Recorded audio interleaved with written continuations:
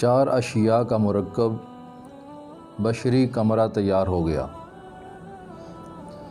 آدم علیہ السلام کا جسم تیار ہو گیا، جس میں آگ ہے، ہوا ہے، پانی ہے، مٹی ہے۔ لیکن یہ جسم تو تیار ہے پر اس میں حرکت نہیں ہے، کان ہیں پر اس میں سماعت نہیں ہے، آنکھیں ہیں ان میں بصارت نہیں ہے، ہاتھ ہیں ان میں گرفت نہیں ہے، زبان ہے اس میں گفتار نہیں ہے، قدم ہیں ان میں رفتار نہیں ہے، بے حس و بے حرکت وجود حضرت آدم علیہ السلام کا تیار ہے۔ تو یہ جو جسم کے تمام اجزاء ہیں نا، ان سب کا تعلق عالم اسفل سے ہے، یعنی زمینی مخلوق سے ان کا تعلق ہے۔ تو اب آپ دیکھنا کہ رب تعالیٰ کی کیا قدرت ہے کہ وجود جو جسم ہے انسان کا، یہ عالم اسفل سے تیار کیا اور اس کو حرکت دینے کے لیے عالم بالا سے ایک چیز کو بھیجا، عرش سے دوسری چیز کو بھیجا۔ تو یہ ایک عرشی اور دوسرا فرشی ملا تو انسانی زندگی کا آغاز ہوا۔ تو وہ عرش سے آنے والا کون ہے؟ وہ روح ہے۔ تو اللہ تعالیٰ نے روح کو حکم دیا کہ اے روح آدم علیہ السلام کے اندر داخل ہو تاکہ انسانی زندگی کا آغاز ہو سکے۔ تو صاحب تفسیر نعیمی نے جو روایت درج کی، میں نے اپنے شیخ سے بھی سماعت کی، میں آپ کو یہاں پیش کرنا چاہوں گا کہ روح آئی، حضرت آدم علیہ السلام کے اندر داخل ہوئی تو وہاں تاریکی تھی، اندھیرا تھا، تنگی تھی، تو پلٹ گئی واپس۔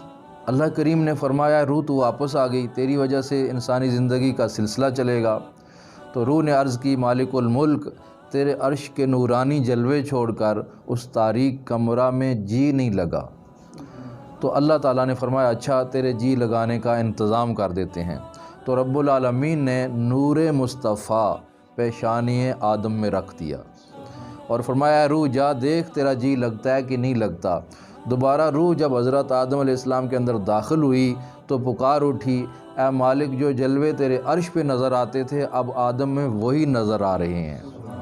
تو یہ نور مصطفیٰ کا پوری کائنات پر بھی احسان ہے کہ حضور کا نور سب سے پہلے تخلیق ہوا، پھر آپ کے نور سے باقی مخلوق بنی، اور بالخصوص آدمیت اور انسانیت پر حضور کا احسان ہے کہ آپ کے نور کی برکت سے روح نے قرار پکڑا۔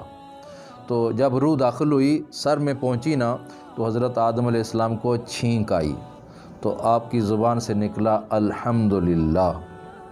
تو اللہ تعالیٰ نے فرمایا یرحمک اللہ۔ تو یہی عمل آج حضرت آدم علیہ السلام کی اولاد میں سنت ہے کہ جسے چھینک آئے تو وہ پڑھے الحمدللہ، اور جو سن رہا ہو تو وہ دعا دے یرحمک اللہ۔ پھر روح جب کمر تک پہنچ گئی تو حضرت آدم علیہ السلام نے اٹھنا چاہا، لیکن چونکہ نیچے والے وجود میں روح نہیں پہنچی تھی تو آپ گر گئے۔ اس لیے رب نے فرمایا خلق الانسان من عجل، کہ انسان میں جلد بازی پائی جاتی ہے۔ تو پھر روح سارے جسم میں جب پہنچ گئی تو حضرت آدم علیہ السلام کی زندگی کا آغاز ہو گیا۔ تو رب العالمین نے فرمایا اے پیارے آدم، فرشتوں کے پاس جاؤ اور ان کو کہو السلام علیکم، اور پھر دیکھنا آپ کو کیا جواب دیتے ہیں۔ حضرت آدم علیہ السلام فرشتوں کے پاس گئے تو آپ نے ان کو السلام علیکم کہا، تو فرشتوں نے جواباً کہا وعلیکم السلام ورحمۃ اللہ۔ تو اللہ تعالیٰ نے فرمایا اے آدم، یہی آپ کی اولاد میں سلام اور سلام کا جواب یہ آپ کی اولاد میں جاری رہے گا۔ تو حضرت آدم علیہ السلام نے عرض کی میرے مالک میری اولاد کون ہے؟ تو اللہ تعالیٰ نے ان کی پشت پر دست قدرت پھیرا اور ساری اولاد آدم نکال کے حضرت آدم علیہ السلام کو دکھائی۔ اس میں مومن بھی تھے، کافر بھی تھے، اولیاء بھی تھے، انبیاء بھی تھے، ساری حضرت آدم علیہ السلام کی اولاد اللہ نے ان کو دکھا دی۔ تو اس طرح اللہ تعالیٰ کا خاص کرم ہے ہمارے باپ آدم علیہ السلام پر کہ اللہ نے باقی مخلوق کی طرح حضرت آدم علیہ السلام کو تخلیق نہیں فرمایا، بلکہ آدم علیہ السلام کو بڑے اہتمام اور بڑے ہی کرم نوازی سے پیدا فرمایا۔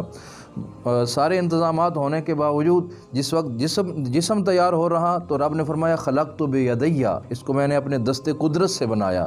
اور جب روح پھونکنے کی بات آئی تو صرف یہ نہیں فرمایا کہ میں نے روح پھونک دی، بلکہ فرمایا وَنَفَخْتُ فِيهِ مِن رُوحِي، اس میں نے اپنی روح پھونکی۔ یعنی روح کو اپنائیت عطا فرمائی، روح کو اپنی نسبت عطا فرمائی۔ تو یہ اللہ کا بڑا کرم ہے، بڑا احسان ہے۔